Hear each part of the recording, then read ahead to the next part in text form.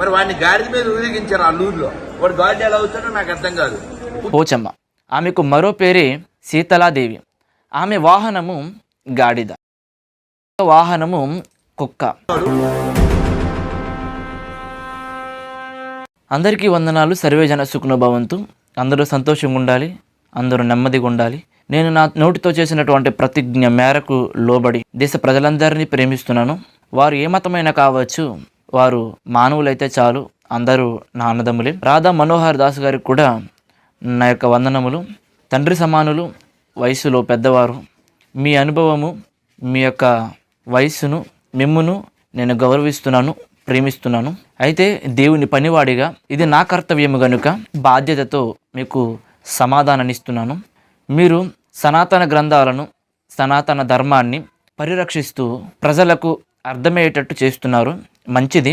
అయితే ఇటీవలి కాలంలో ఈ ప్రయత్నంలో మీరు ఈ విధంగా మాట్లాడారు. ఏ విధంగా మాట్లాడారో ఒకసారి వినండి. ఆయన రాముడు, ఆయన హీరో. అంతేగాని పుట్టిన ఊళ్ళో ఊహించుకున్నాడు థూ అని పోయించుకున్నాడు మీద 2 చెక్కలెత్తే చచ్చిపోయినోడు వాడు హీరో ఎలా అవుతాడు? పుట్టినోళ్ళలో ఊహించుకున్నాడు, తూ అని పోయించుకున్నాడు, 2 చెక్కల మీద పడితే చచ్చిపోయినోడు వాడు హీరో ఎలా అవుతాడని కాలాన్ని లెక్కించడానికి మధ్యవర్తిగా నిలిచినటువంటి మహనీయుడైన యేసుక్రీస్తు ప్రభు యొక్క మరణమును గూర్చి కించపరుస్తూ మాట్లాడారు. అయితే కొన్నిసార్లు ప్రశ్నకు ప్రశ్నే సమాధానం అవుతుంది గనుక మీ ప్రశ్నకు నేను ప్రశ్న రూపంలోనే సమాధానం ఇస్తున్నాను. మీరు నమ్మే మీ హైందవ గ్రంథాల ప్రకారము కృష్ణుడు అరణ్యములో బోయవాడి బాణము కాళ్ళకు గుచ్చుకొని చనిపోతాడు. అయితే కృష్ణుడు కేవలం అరణ్యంలో బోయవాడి బాణానికి చనిపోయాడు, అది కూడా కాళ్ళలో గుచ్చుకొని. ఈ కారణం చేత మీరు కృష్ణుడు దేవుడు కాడని ఒప్పుకుంటున్నారా? ఆలోచించండి ఒకసారి. దేవుడు ఏదైనా ఒక పని చేసినా ఆ పనిలో ఏదో సంకల్పం తప్పకుండా ఉంటుంది. ఆ సంకల్పం మనకు అర్థం కానంత వరకు మనము ఆ దేవుని పుట్టుకను, ఆ దేవుని మరణాన్ని, ఆ దేవుని యొక్క నడవడి మనకు ఎగతాళిగా అనిపిస్తుంది.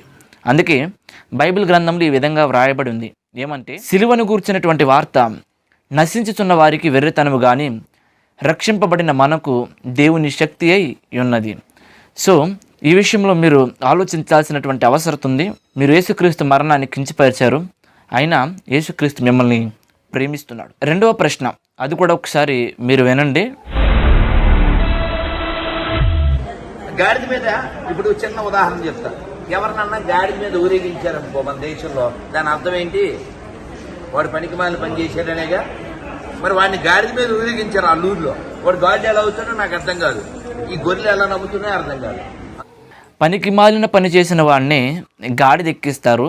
అయితే వాడిని గాడిదెక్కి ఊరేగించారు. మరి వాడు గాడిద ఎలా అవుతాడో నాకు అర్థం కావట్లేదు అన్నారు.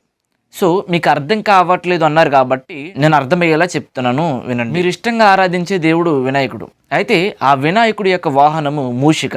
మూషిక అనగా ఎలుక అని అర్థం. అయితే యేసుక్రీస్తు దేవుడై ఉండి గాడిద మీద వెళ్ళాడు కాబట్టి అతను దేవుడు కాడు, అతను పనికి మాలినవాడు అన్నారు. అయితే గాడిద కంటే చాలా చిన్న జీవి, చాలా అల్పమైన జీవి అయినటువంటి ఎలుక పైన వినాయకుడు ప్రయాణం చేసేవాడు.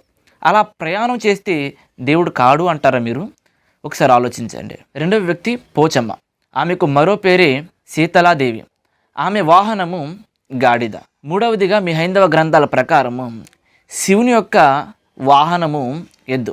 నాలుగవదిగా మీ హైందవ గ్రంథాల ప్రకారము భైరవుని యొక్క వాహనము కుక్క. భైరవుడు అంటే శివునికి మరో రూపము.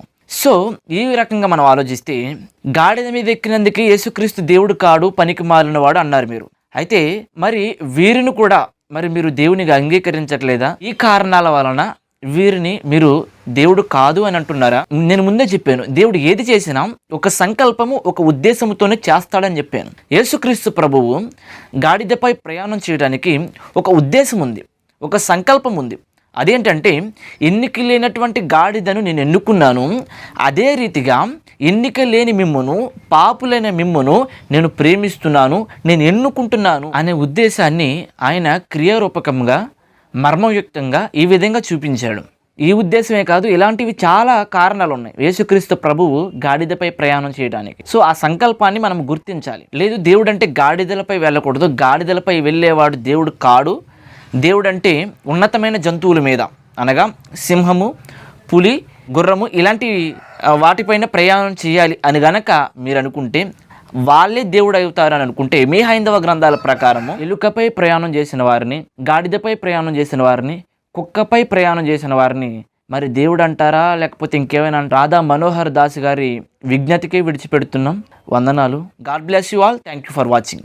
యూత్ ఫర్ జీసస్ క్రైస్ట్ అనే మా యూట్యూబ్ ఛానల్ను లైక్ చేయండి, షేర్ చేయండి, సబ్స్క్రైబ్ చేయండి.